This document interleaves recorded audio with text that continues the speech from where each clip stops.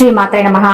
అందరికీ కూడా ఆ అమ్మవారి ఆశీస్సులు ఉండాలని మనస్ఫూర్తిగా ఆ తల్లిని వేడుకుంటూ ఈరోజు మోహిని ఏకాదశి మనకు వచ్చేటటువంటి ఈ ఏకాదశి ప్రతి ఒక్క ఏకాదశికి ఏదో ఒక ప్రత్యేకత అయితే ఉంది. అలాగే ఈ మోహిని ఏకాదశి కూడా గొప్ప విశిష్టత ఉంది. దేవతలు రాక్షసులు ఇద్దరూ కూడా సమానమైనటువంటి బలవంతులుగా ఉన్నటువంటి సమయం. రాక్షస ప్రవృత్తి ఉన్నటువంటి దానవుల వల్ల సమస్త లోకాలు బాధలకు గురవుతూ ఉంటాయి. వారిని ఎదుర్కొనేటువంటి ధైర్యం దేవతలకు లేకపోతుంది. దాంతో వారికి శ్రీ మహావిష్ణువు ఒక ఉపాయాన్ని సూచిస్తాడు. క్షీరసాగర మదనం కనుక చేస్తే దాని నుండి అమృతం ఉద్భవిస్తుందని, అది సేవించినటువంటి దేవతలు మరణమనేదే లేకుండా దానువుల మీద పైచేయి సాధించగలరని చెబుతాడు శ్రీ మహావిష్ణువు. అలా క్షీరసాగరాన్ని చిలికేందుకు మందర అనేటువంటి పర్వతాన్ని కవ్వంగా మలిచి వాసుకి అనేటువంటి సర్పాన్ని తాడుగా ఉపయోగించి మదనం ప్రారంభిస్తారు. వాటిలో కౌస్తుభం, కామధేనువు, కల్పవృక్షం, పారిజాతం, ఆలాహలం ఇలాంటివన్నీ కూడా ఉద్భవించిన తర్వాత చివరికి అమృతం బయటికి వస్తుంది. ఈ మదనంలో దేవతలు రాక్షసులు సమానంగా పాలు పంచుకుంటారు. కాబట్టి ఇద్దరూ కూడా అమృతం పంచుకోవాల్సినటువంటి పరిస్థితి వస్తుంది. అదే కనుక జరిగితే సముద్ర మదనం వెనుక ఉన్నటువంటి ప్రయోజనం నెరవేరదు కదా. అందుకని సాక్షాత్తు శ్రీ మహావిష్ణువే రంగంలోకి దిగుతాడు. ఎంతటి వాడికైనా సరే కళ్ళు చెదిరిపోయేటువంటి అందంతో మోహిని అవతారం ధరిస్తారు స్వామివారు.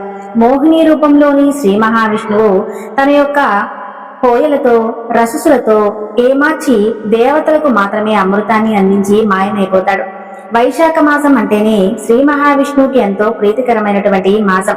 అందులోనూ ఆయనకు ప్రతిరూపమైనటువంటి మోహినీదేవి అవతరించినటువంటి సందర్భం కాబట్టే ఈ రోజున విష్ణుమూర్తిని ఆరాధిస్తే అనంతమైనటువంటి పుణ్యం లభిస్తుందని మన యొక్క పురాణాలు చెబుతున్నాయి. మన రోజువారీ జీవితాల్లో ఎదురయ్యేటువంటి ఆర్థిక పరమైనటువంటి ఇబ్బందుల నుండి ఆత్మక్షోభ వరకు సకల బాధలకు ఈ రోజు చేసేటటువంటి ఈ ఏకాదశి వ్రతం ఉపశమనం కలిగించి తీరుతుంది. మోహిని ఏకాదశి రోజు చాలా మంది ముందు రోజు రాత్రి అంటే దశమి రాత్రి నుండే ఉపవాసం మొదలుపెట్టి మరునాడు ద్వాదశి ఉదయం వరకు ఉపవాస దీక్షను కొనసాగించాలి. ఇలా కుదరనటువంటి పక్షంలో ఏకాదశి రోజైనా ఎలాంటి ఆహారం తీసుకోకుండా ఉపవాసం ఉండేటటువంటి ప్రయత్నం చేయాలి. వాళ్ళది ఆరోగ్యం పరిస్థితులను బట్టి అంతటి కఠినమైనటువంటి ఉపవాస ఆచరణ కూడా కష్టం కాబట్టి కాస్త బియ్యంతో చేసినటువంటి పదార్థాలను తీసుకోకుండా పండ్లు, పాలు వంటి అల్పాహారాలతో ఉపవాసం కూడా చేయవచ్చు. ఉపవాసం చేసే సమయంలో ఎట్టి పరిస్థితుల్లోనూ నిద్రించరాదని శాస్త్రం చెబుతుంది. ఈ రోజు అభ్యాంగన స్నానం చేయాలని, విష్ణుమూర్తిని దీప నైవేద్యాలతో పూజించాలని, ఉపవాసంతో రోజును గడపాలని, తగిన దాన ధర్మాలు చేయాలని పెద్దలు చెబుతున్నారు. ఇవన్నీ కుదరకపోయినా కనీసం మా మహావిష్ణువుని పూజించినటువంటి ప్రయత్నమైనా చేయాలి. మోహిని అవతారంలో ఎలాగైనా ఈ లోకానికి క్షేమంగా మారారు స్వామివారు. అలాగే మన కష్టాలన్నీ కూడా తీర్చమంటూ ఆ స్వామిని పరిపూర్ణంగా వేడుకుందాం. మరి ఈ రోజు మరికొన్ని ఏకాదశి వ్రత కథల గురించి తెలుసుకుందాం. పూర్వం ఒకానొకప్పుడు సత్యవ్రతుడు అనేటువంటి ఒక మహారాజు ఉండేవాడు. అతను కాశ్మీర దేశాన్ని చక్కగా పరిపాలిస్తూ ఉండేవాడు. అతను తన పేరుకు తగినవాడు. అతని రాజ్యంలో చక్కగా ధర్మబద్ధంగా ఉన్నటువంటి ప్రజలందరూ కూడా సుఖ సంతోషాలతో జీవిస్తూ ఉండేవారు. పరలోక సౌఖ్యం కోసం దేవతారాధన ముఖ్యమని చెప్పి తెలుసుకున్నటువంటి ఈ సత్యవ్రతుడు చక్కగా ఏకాదశి వ్రతాన్ని ఆచరించాలని చెప్పి నిర్ణయించుకుంటాడు. అలా ఏకాదశి వ్రతాన్ని మొదలు పెడతాడు. ఆ సమయంలో అతని మనసున ఒక ఆలోచన పడుతుంది.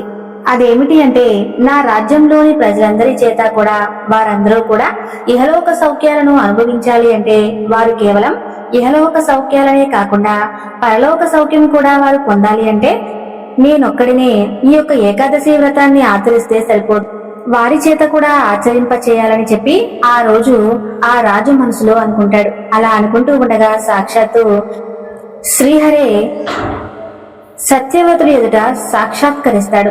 సత్యవతుడు శ్రీహరిని సాష్టాంగ ప్రణామాలు ఆచరించి వేదోక్త మంత్రాలతో పరిపరి విధాలుగా స్తుతిస్తాడు. ఇలా అంటాడు: ఓ విశ్వరూప, నీ దర్శన భాగ్యం నాకు కలిగింది. నా జన్మ ధన్యమైంది. నేను చేసినటువంటి వ్రతాలన్నీ కూడా ఫలించాయి స్వామి. తన ప్రజలకు కూడా మోక్షం లభించేటువంటి ఉపాయాన్ని చెప్పమంటూ ఆ రాజు శ్రీ మహావిష్ణువును ప్రార్థిస్తాడు. అలా ప్రార్థించగా శ్రీహరి చిరుమందహాసం చేస్తూ, రాజా, నీలాంటి ధర్మాత్ములు చాలా అరుదుగా ఉంటారు. నీ రాజ్యంలోని ప్రజలందరి శ్రేయస్సు కోరుతున్నటువంటి నీవు నిజంగా ఎంతో ధర్మోత్తుడు. కాబట్టి ఓ రాజా, ఇహపర సౌఖ్యాలను నువ్వు పొందాలంటే ఏకాదశి వ్రతాన్ని ఆచరించాలి. అలా చేయాలి అంటే సంవత్సరంలో వచ్చేటటువంటి 24 ఏకాదశుల తిథుల రోజు పూర్తిగా ఉపవాసం ఉండాలి. దశమి రోజు రాత్రి, ద్వాదశి రోజు రాత్రి ఉపవాసం ఉండాలి. లక్ష్మీ సహితంగా నన్ను పూజించాలి. ఏకాదశి తిథి రాత్రి జాగరణ చేయాలి. ద్వాదశి రోజు నిత్య కర్మలు అనుష్ఠి తిరిగి నన్ను పూజించి బ్రాహ్మణులకు భోజనం పెట్టి ద్వాదశి గడియలు వెళ్ళిపోకుండా బంధుమిత్రులతో నువ్వు భోజనం చేయాలి. నీ ప్రజల చేత కూడా ఈ విధంగా ఆచరింపచేయి. అప్పుడు నీ ప్రజలందరికీ కూడా ఇహపర సౌఖ్యాలు కలిగి నా సాహిత్యాన్ని పొందుతారని చెప్పి శ్రీహరి అంతర్ధానమవుతాడు. అలా ఆ మరునాడే తన రాజ్యంలోని ప్రజలందరి చేత కూడా ఈ విషయాన్ని తెలియజేసినటువంటి ఆ రాజుగారి చేత ఈ ఏకాదశి వ్రతాన్ని ఆచరింపచేయదలిచి చాటింపు వేయిస్తాడు. రాజుగారి ఆజ్ఞను పాటించి ఆ దేశంలోని ప్రజలందరూ కూడా బ్రాహ్మణోత్తమును పిలిపించి సంతోషంగా ఏకాదశి వ్రతాన్ని ఆచరిస్తారు. లక్ష్మీనారాయణుడి యొక్క కృపా కటాక్ష వీక్షణం వల్ల ఆ దేశమంతా సుభిక్షంగా ఉంటుంది. పాడి పంటలతో, సిరి సంపదలతో వైభవోపేతంగా ప్రజలందరూ సుఖంగా ఉంటారు. దేవరాజు ఇంద్రుడికి ఈ విషయం గురించి తెలుస్తుంది. తెలిసి ఇలా అనుకుంటాడు, అయ్యయ్యో, ఈ ప్రజలందరూ కూడా ఈ విధంగా ఏకాదశి వ్రతాన్ని ఆచరిస్తున్నారే, వారు ఇలా చేయటం వల్ల వారు ధర్మాత్ములై చక్కగా పుణ్యాన్ని సంపాదించుకుని అందరూ వచ్చి స్వర్గాన్ని చేరుకుంటారు. వారు ఒకవేళ నా ఇంద్ర పదవికి కూడా పోటీ పడేటువంటి అవకాశం ఉండొచ్చు కదా అని చెప్పి భావిస్తాడు.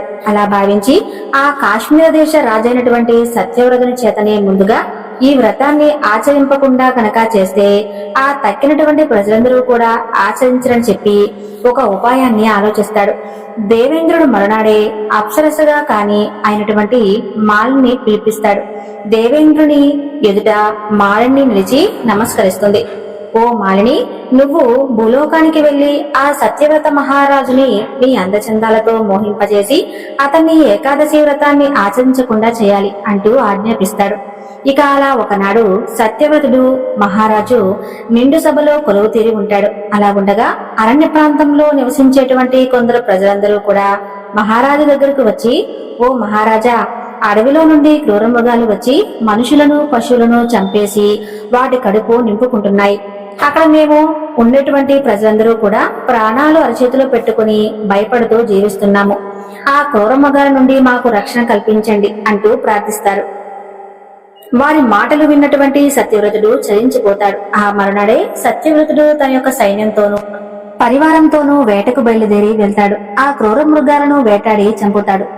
రాత్రి సమయం అయినందువలన అక్కడ గుడారాలు వేసుకుని ఆ రాత్రి గడపాలని చెప్పి నిశ్చయించుకుంటాడు. ఆ విధంగా కొంత సమయానికి ఒక స్త్రీ దీనాతి దీనంగా ఏడుస్తున్నట్లుగా ఆ మహారాజుకు వినిపిస్తుంది. వెంటనే సైనికులను పంపించి ఆ ఏడుస్తూ ఉన్నటువంటి స్త్రీ ఎవరో చూసి ఆమెను నా దగ్గరకు తీసుకుని రండి అంటూ ఆజ్ఞాపిస్తాడు. ఇక సైనికులు వెళ్లి ఆ స్త్రీని తీసుకుని వచ్చి మహారాజు గారి ఎదుట నిలుపుతారు. సత్యవ్రతుడు ఆమెను చూస్తాడు. ఆమె సౌందర్యవతి. ఆమెకు ఏ కష్టం వచ్చినా తీర్చాలనుకుని భావిస్తాడు. ఆమెను చూసి, ఓ సుందరి, ఎవరు నీవు? ఎందుకిలా ఏడుస్తున్నావు? నీకొచ్చిన ఆపద ఏమిటి? నీకు ఏమైనా సహాయం కావాలా? ఏం సహాయం కావాలన్నా చెప్పమని అడుగుతాడు. అప్పుడు ఆ సుందరి, మహారాజా, నాకు తల్లిదండ్రులు లేరు. నా కన్నతనాన్ని ఆశించి ఒక అయోగ్యుడైనటువంటి వాడికి అమ్మి వేశారు. వాడి నుండి భయపడి ఎవరికీ తెలియకుండా ఇంట్లో నుండి పారిపోయి ఈ అడవిలోకి వచ్చేశాను. నాకు దిక్కెవరూ లేరు. నన్ను కరుణించే నాదుడే లేడు. నాకు మంచి జీవితాన్ని ప్రసాదించమంటూ దీనంగా ఆ మహారాజుని వేడుకుంటుంది. మహారాజు ఆ సుందరి మాటలకు కరిగిపోతాడు. భయపడవద్దని చెప్పి తనతో పాటుగా తన రాజధానికి తీసుకుని వస్తాడు. ఆమె అందచందాలకు ముగ్ధుడై ఆమెను వివాహం చేసుకుంటాడు. అయితే సత్యవ్రతునికి వివాహం జరిగింది. ఆమె భార్గవీదేవి. ఆమెకు 10 ఏళ్ల కొడుకు కూడా ఉన్నాడు. అతను గురుకులంలో విద్యను అభ్యసిస్తూ ఉన్నాడు. మాలిని మాత్రం భర్తను లెక్క చేయకుండా తన మాట ప్రకారమే నడుచుకునే విధంగా మూర్ఖత్వంతో పంతాలకు పోతూ ఉండేది. ఇక రాజు సామాన్య విషయాలు పట్టించుకోకుండా ఆ చిన్నరాణి అయినటువంటి మాలిని మాటే వింటూ నడుచుకుంటూ ఉండేవాడు. అలా ఒకనాడు ఒక ఏకాదశి నాడు మహాపవిత్రమైనటువంటి పర్వదినం, అంటే ఆ రాజుకు ఏకాదశి అంటే పరమ పవిత్రమైనటువంటి పర్వదినం ఆ రోజు వచ్చింది. ఏకాదశి వ్రతం చేయడానికి ఉపవాసం, జాగరణ, లక్ష్మీనారాయణల పూజలు చేసేందుకు అందరూ సిద్ధమవుతూ ఉంటారు. అయితే చిన్నరాణి అయినటువంటి మాలిని మాత్రం జన్మదినోత్సవం అంటూ సత్యవ్రత మహారాజుకు కబురు పంపిస్తుంది. ఆ రోజు ఉత్సవం, విందు భోజనాలతో వినోదంగా జరగాలి అంటూ ఆమె కబురు పంపిస్తుంది. ఆ వేడుకలో రాజుగారు కూడా తప్పకుండా పాల్గొని ఆనందించాలట. ఆ వార్త విన్నటువంటి రాజు ఆశ్చర్యపోతాడు. అయ్యో, ఒకవైపు లక్ష్మీనారాయణులకు అభిషేక అర్చనలు సిద్ధం చేస్తున్నానే, ఈ వ్రతం మారానికి మాత్రం అతని మనసు అస్సలు ఒప్పుకోదు. ఈ సమయంలో విందులు వినోదాలేమిటి, తన రాజ్యంలోని ప్రజలందరి చేత ఏకాదశి ఉపవాసాలు వ్రతాలు చేయిస్తూ తానే ఒక నియమం తప్పితే ప్రజల్లో గౌరవ మర్యాదలు మాటేమిటి, తాను నమ్మినటువంటి దైవానికి ద్రోహం చేసినట్లవుతుంది కదా. ఇలా ఆలోచనతో ఆ రాజు సతమతమవుతూ ఉంటాడు. ఇక రాజుగారి చిన్నరాణి అయినటువంటి మాలిని గృహానికి వెళ్తాడు. ఎలాగైనా యొక్క వ్రతానికి శతవిధాలా ప్రయత్నిస్తాడు. వ్రత ఆచరణకు ఎలాగైనా తప్పిదం రాకూడదని అనుకుంటాడు. ఆమె మాత్రం తన విందు భోజనాలు వినోదాలు మారడానికి మాత్రం వీలులేదని ససేమేరా తేల్చి చెబుతుంది. తనతో పాటే మహారాజు సత్యవ్రతుడు కూడా ఉండాలని మూర్ఖంగా మొండిపట్టు పడుతుంది. చివరికి సత్యవ్రతుడు నా భార్య పుత్రులనైనా వదులుకుంటానేమో కాని ఈ వ్రతం మాత్రం అస్సలు వదులుకునేటువంటి పనే లేదని చెప్పి ఖచ్చితంగా తేల్చి చెబుతాడు. అప్పుడు మాలిని ఇలా అంటుంది, అవునా, సరే మరి నీ పెద్ద భార్యను కొడుకును బలిచ్చి తర్వాత నీ భక్తిని నిరూపించుకో, మాట తప్పకూడదు అంటూ ఆ రాజును నిలదీస్తుంది. ఆడినటువంటి మాటను తప్పలేక ఏకాదశి వ్రతాన్ని మానలేక తన పెద్ద భార్యను కొడుకును బలి ఇవ్వడానికి సిద్ధపడతాడు. ఇక పెద్ద రాణిని చంపడానికై ఒక కత్తిని ఎత్తుతాడు. ఆ ఎత్తినటువంటి కత్తి ఊలాహారమై ఆమె మెడలో పడుతుంది. అక్కడ మహాలక్ష్మి సమేతుడై శ్రీ మహానారాయణుడు దర్శనమిచ్చి సత్యవ్రతునికి దేవేంద్రుడు చేసినటువంటి కుట్ర, అతను పంపించినటువంటి అప్సరస కన్య మాలిని గురించి వివరిస్తాడు. రాజా, నా అనుగ్రహం ఉన్నంత వరకు ఎవరి మాయలు నిన్నేమీ చేయలేవు. ఇకనైనా ఈ స్త్రీ మీద వ్యామోహం విడిచిపెట్టి నీ రాజ్యం నుండి దీనిని వెళ్ళగొట్టు. నీవు ధర్మ మార్గాన్ని ఎప్పటికీ విడిచిపెట్టవద్దు. నీకంతా శుభమే కలుగుతుంది అని చెబుతాడు. అలా సత్యవ్రత మహారాజు స్వామికి నమస్కరిస్తాడు. ఆ స్వామి ఆ తర్వాత అదృశ్యమవుతాడు. సాక్షాత్తు శ్రీ మహావిష్ణువును దర్శించుకున్నటువంటి సత్యవ్రతుడు పరమానంద భరితుడవుతాడు. ఒక సుఖాల మీద విరక్తి చెంది కేవలం తన జీవితాన్ని రాజధర్మాన్ని నెరవేరుస్తూ ప్రజలందరికీ అంకితం చేస్తాడు. శ్రీహరి సేవలోని తన జీవితాన్ని సాగిస్తాడు సత్యవ్రత మహారాజు.